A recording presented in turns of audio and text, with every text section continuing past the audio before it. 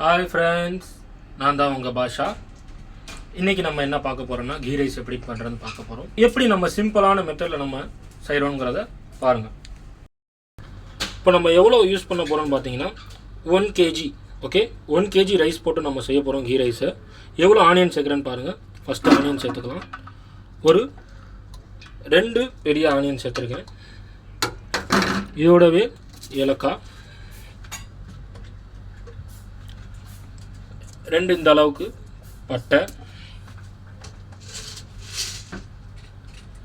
1 gram அளவுக்கு கிராம்பு, 2 பே leaf மாதிரி முறிச்சு போட்டுக்கோங்க.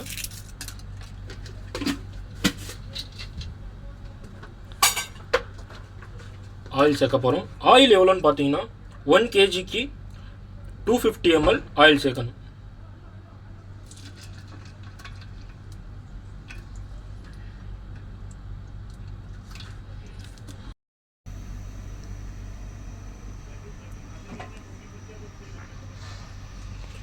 ஸ்டவ் ஆன் பண்ணியாச்சு. ஆன் பண்ணோடனே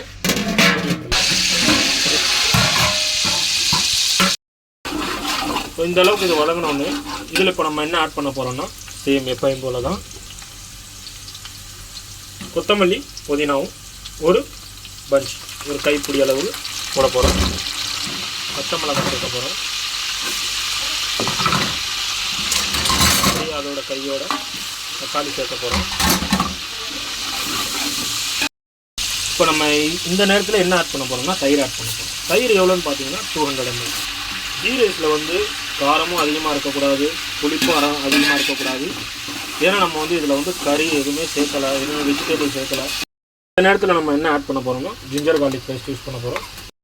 பாருங்கள் ஃப்ரெண்ட்ஸ், நல்லா வதங்கிடுச்சு. இந்த நேரத்தில் நம்ம உப்பு சேர்க்கணும். நல்லா கிளறியாச்சு. இந்த நேரத்தில் நம்ம என்ன ஆட் பண்ண போகிறோம்னா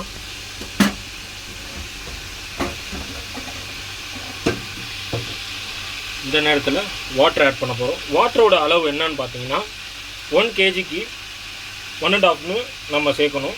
நீங்கள் மெஷர் பண்ணுறதுக்கு வந்து பாத்திரம் வச்சுருக்கீங்கன்னா அரிசி எதில் எடுக்கிறீங்களோ அதை விட 2 பங்கு தண்ணி ஊற்றணும்.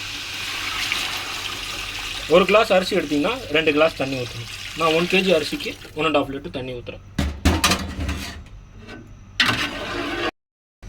தட்டு போட்டுட்டு டிஸ்டர்ப் பண்ணாமல் அதை ஊற்றுங்க.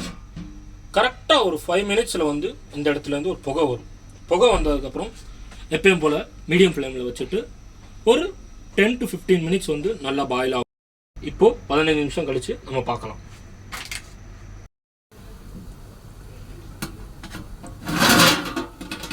to 15 மினிட்ஸை வந்து நல்லா வாட்டர் பாயில் ஆகிட்டு பாருங்கள் எந்த அளவுக்கு வாட்டர் வந்து பாயில் ஆகிட்டுருக்குன்னு.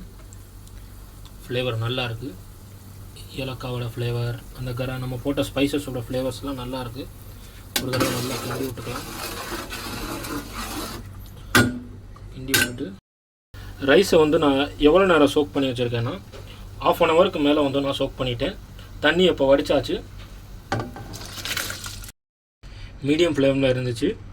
ரைஸ் போட்டோடனே அப்படியே வந்து சைலண்ட் ஆகிடுச்சு. மறுபடியும் வந்து ஹை ஃப்ளேமில் வைப்போம். ரொம்ப பிடிச்சி ரொம்ப வந்து கிண்டக்கூடாது. நம்ம லைட்டாக பூ மாதிரி கிண்டி விடணும். அவ்வளோதான். வெயிட் பண்ணலாம். 1 மினிட்ல வந்து பாயில் ஆகி சைட்லேருந்து புகை வரும். அது வரைக்கும் வெயிட் பண்ணலாம். பாருங்கள், ஒரு 2 மினிட்ஸ் ஆயிடுச்சு. பார்க்கலாம் எந்த அளவுக்கு வந்து தண்ணி கொதிக்குதுன்னு பாருங்கள்.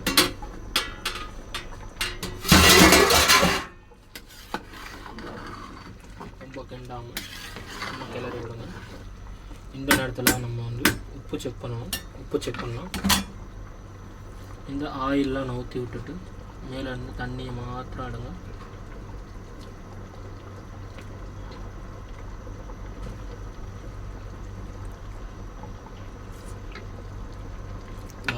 உப்பு கரெக்டாக இருக்குது.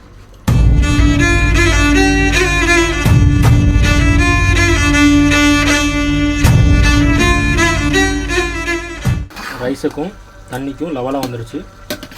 இதே சேம் டைம் பார்த்தீங்கன்னா நான் வந்து சைடில் வந்து கல் வச்சுருக்கேன், தோசைக்கல் வச்சுருக்கேன். எதுக்கான்னு கேட்டிங்கன்னா இது வந்து கேஸ் ஸ்டவ். நடுவில் வந்து அடி பிடிக்கும். அந்த அடி பிடிக்காமல் இருக்கிறதுக்காக நம்ம அந்த ரைஸை வேஸ்ட் பண்ணக்கூடாதுங்கிறதுக்காக நம்ம வந்து தோசை தவா வச்சுருக்கோம். இந்த தோசை தவா மேலே தான் இப்போ வந்து இதை தம் போட போகிறோம். இப்போ எல்லாமே யோசிப்பீங்க, என்னடா கீ ரைஸுன்னு சொல்லிட்டு இன்னும் கீயே போடலேன்னு. இப்போ தான் நம்ம கீ போடுற நேரம். எத்தனை ஸ்பூன் நான் போடுறேன்னு பாருங்கள். 1 kgக்கு 1 ஸ்பூன், 2 ஸ்பூன், 3 ஸ்பூன், 4 ஸ்பூன் தான் சேர்க்குறேன். அதிகமான ஃப்ளேவர் நமக்கு தேவையில்லை. இது கூட என்ன ஆட் பண்ண போகிறோம்னா, ஃபைனல் டச்சாக வந்து நம்ம எடுத்து வச்ச கொத்தமல்லியும் புதினாவும் மேலே வந்து தூவி விட போகிறோம். இதோட ஃப்ளேவர் வந்து பயங்கரமாக இருக்கும். நீங்கள் தம் உடைக்கும் போதும் பார்த்தீங்கன்னு வச்சுக்கோங்களேன், இதோட ஃப்ளேவர் வந்து ரொம்ப வந்து அல்டிமேட்டாக இருக்கும். பார்த்தீங்கன்னா வந்து இப்போ மூடியாச்சு. மூடி வச்ச உடனே வந்து இதை எடுத்து நம்ம தவாவில் ட்ரான்ஸ்ஃபர் பண்ணிடலாம்.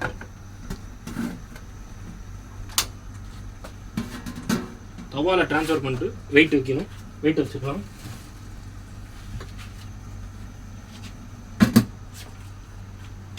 வெயிட் வச்சாச்சு. இப்போது கரெக்டாக வந்து உங்களுக்கு 3 to 5 மினிட்ஸில் வந்து சைட்லேருந்து இந்த மாதிரி ஒரு வேப்பர் வரும். வேப்பர் வந்தோடனே என்ன பண்ணணும்னா, இப்போ வந்து ஃபுல் ஃப்ளேமர் இருக்குது. அடுத்து நம்ம பார்த்தீங்கன்னா வந்துருச்சு. இப்போவே வர ஆரம்பிச்சிருச்சு. இப்போ வந்தோடனே என்ன பண்ணணும்னா, மெழுகுபத்தி மாதிரி வச்சு விட்ருணும். எப்பயும் போல் அதே மாதிரி தான் மெழுகுபத்தி மாதிரி வச்சு விட்டு கரெக்டாக 10 to 15 மினிட்ஸ் விட்டிங்கன்னு இப்போது தம் எடுக்க போகிறோம். இப்போது சரியாக வந்து 15 மினிட்ஸ்க்கு மேலே ஆகிடும். பார்ப்போம். வாவ், பாருங்கள் இந்த அளவுக்கு வந்து அரிசி நல்லா வெந்திருக்கு. இப்போ தம்மு உடைக்கலாம்.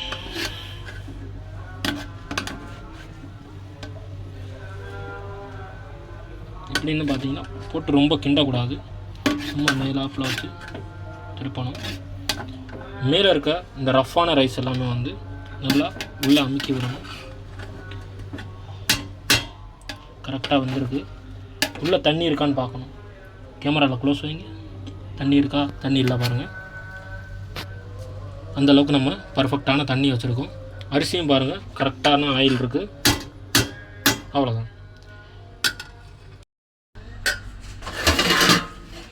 அவ்வளோதான் ஃப்ரெண்ட்ஸ். இப்போ அடுப்பு ஆஃப் பண்ணிடலாம். எல்லாம் முடிஞ்சு போச்சு. இதுதான் கீ ரைஸ் செய்கிறதுக்கான சிம்பிள் ஸ்டெப். நீங்களும் வீட்டில் ட்ரை பண்ணி பாருங்கள். ட்ரை பண்ணிவிட்டு எப்படி இருக்குங்கிறத கமெண்ட் பண்ணுங்கள். அடுத்த வீடியோவில் மீண்டும் சந்திப்போம். பாய் பாய். நான் தான் உங்கள் சிக்கந்தர் பாஷா.